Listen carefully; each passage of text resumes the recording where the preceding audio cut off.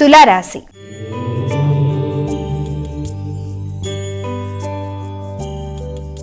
అమ్మ, తులారాశి వారికి ఎలా ఉండబోతోంది ఈరోజు? ఆందోళనలను అధిగమించాలి. ముఖ్యంగా సంతాన వర్గం యొక్క అభివృద్ధి విషయంలో కావచ్చు, వారి కొరకు తీసుకునే కీలక నిర్ణయాలలో, వారి కొరకు తీసుకునే రుణ సంబంధమైన అంశాలలో, వారు యొక్క అభివృద్ధిలో ముందుకు వెళ్ళడానికి మీ వైపు నుంచి మీరు చేసే కృషిలో ఎక్కువ శాతం దృష్టి కేటాయిస్తారు.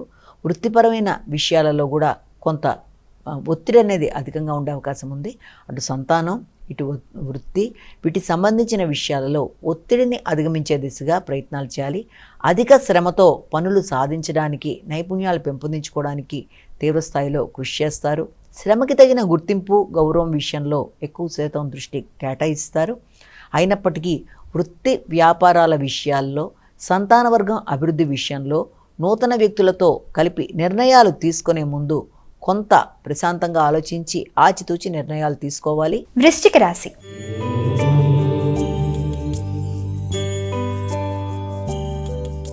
మా వృశ్చిక రాశి వారికి ఈ రోజు ఎలా ఉండబోతోంది? వృశ్చిక రాశి వారికి గృహ వాతావరణం సామాన్యమైన ఫలితాలు ఇచ్చే అవకాశం అనేది ఒకటి ఇక్కడ మనకి కనబడుతుంది. గృహ సౌఖ్యం, డ్రైవింగు, ఆహారాలు, ఆహార స్వీకరణ, అదేవిధంగా నూతన విద్యాంశాలు, విద్యార్థులకి విద్యా విషయాల్లో ఎక్కువ శాతం దృష్టి కేటాయించవలసిన అవసరాలు మొదలైన విషయాల మీద దృష్టి కేటాయిస్తారు. తల్లి ఆరోగ్య విషయంలో శ్రద్ధ తీసుకుంటారు. కుటుంబ సభ్యుల యొక్క ఆరోగ్య విషయాలు, వారి అభివృద్ధి విషయాల్లోనూ దృష్టి కేటాయిస్తారు. మానసిక ప్రశాంతతని పెంపొందించుకోవాలి. నిర్ణయ సామర్థ్యాన్ని చూసుకుంటూ ముందుకు వెళ్ళాలి. అదేవిధంగా జ్ఞాపక శక్తి మీద ఎక్కువ శాతం దృష్టి కేటాయించాలి.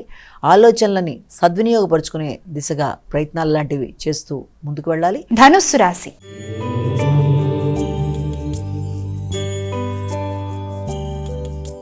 మా ధనుస్సు రాశి వారికి ఈ రోజు ఏ విధంగా ఉండబోతోంది? ధనుస్సు రాశి వారికి సామర్థ్యంతో పనులు పూర్తి చేస్తారు. అనుకున్న సమయంలో అనుకున్న పనులు పూర్తి చేయడానికి చేసే కార్యక్రమాలు అనుకూలంగా ఉంటాయి. శ్రమతో, సాధనతో ముందుకు పెడతారు. స్నేహ సంబంధాల్లో ఘర్షణలకు అవకాశం లేకుండా తగిన జాగ్రత్తలతో ముందుకు వెళ్ళడానికి ప్రయత్నం చేయాలి. ఖర్చులు అయినప్పటికీ కూడా అవి మీకు అనుకూలంగానే ఉండే అవకాశం ఉంది కనుక ఆ విషయంలో ఘర్షణలు లేకుండా ముందుకు పెడతారు.